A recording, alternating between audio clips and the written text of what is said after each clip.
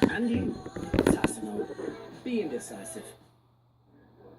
For the first time, the NHS in England is publishing advice on how to prevent stillbirths. The Saving Babies' Lives Care Bundle is aimed at parents, doctors and midwives, and it hopes to halve the number of stillbirths by 2030. Well, joining us now is David Monteith, whose daughter Grace was stillborn nearly 2 years ago. He is also the winner of the Butterfly Awards for Most Inspirational Father of the Year. Good morning to you, David. Good morning. David, just talk us through your story. You lost Grace 2 years ago now. Yeah, it was the beginning of May, and contractions had began. We'd woken up thinking this is the day, a good day. We were looking forward to it. The previous day had been wonderful, and waters broke. We called the midwife, and some point between the waters breaking and calling the midwife, the heart stopped beating.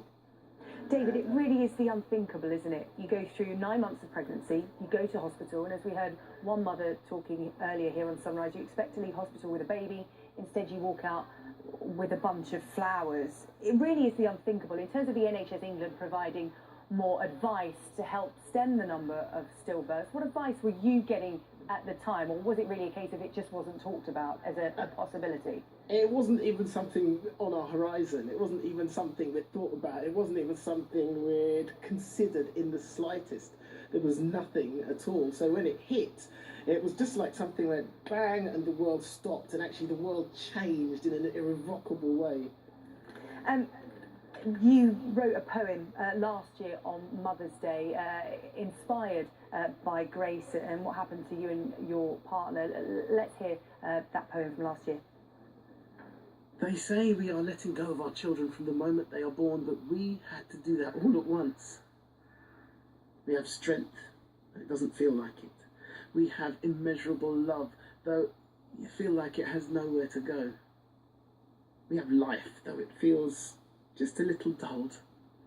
Have no doubt that although we have no little body to hold, we are, without doubt, parents. Wonderful, glorious, terribly sad, but inspirational parents.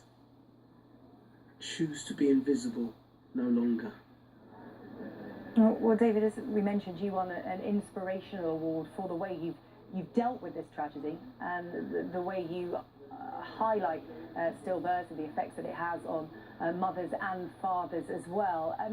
What would be your advice to parents in light of the NHS now providing their own advice? I think the main advice comes just... The problem is that the majority of stillbirths are preventable. Ours wasn't, but yours may be. So look at the advice, talk to people, don't be scared. It may happen, it may not happen, but take whatever precautions you can to make sure it doesn't happen. And I would urge that more than just a series of guidelines on what to and how to prevent it. I mean, let's be clear, 16 people by the end of this day will have experienced this horrible grief.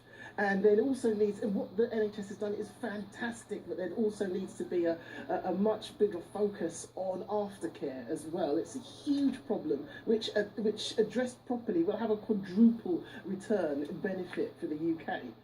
David, that was going to be my question. It's Jackie here. And how much support did you get from the NHS afterwards? And were you happy with that? I mean, nothing's going to compensate you for the loss of your baby, but do you feel that you got enough support afterwards and for long enough? Our aftercare was fantastic. Our midwives were brilliant. The aftercare was wonderful. But going to support groups and you start to talk to people and you realise that we were lucky, we were fortunate, we were in the right place with the right people at the right time. And so many people don't have that. There was one sort of part-time bereavement midwife who's so overworked that there was no chance that she could be to us what we needed to be, and that wasn't her fault.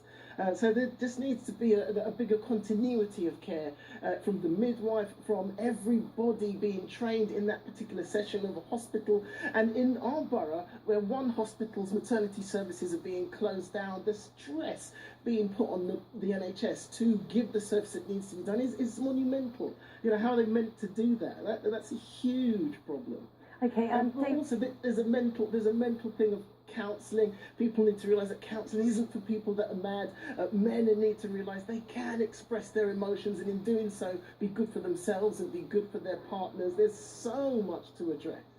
Well, David, really good to talk to you this morning. I'm sure hearing such an impassioned speech from you has helped a lot of parents out there that may have suffered from similar circumstances to you and your partner, Siobhan. Thank you for talking to us this morning here on Sunrise. Thank you. Jackie.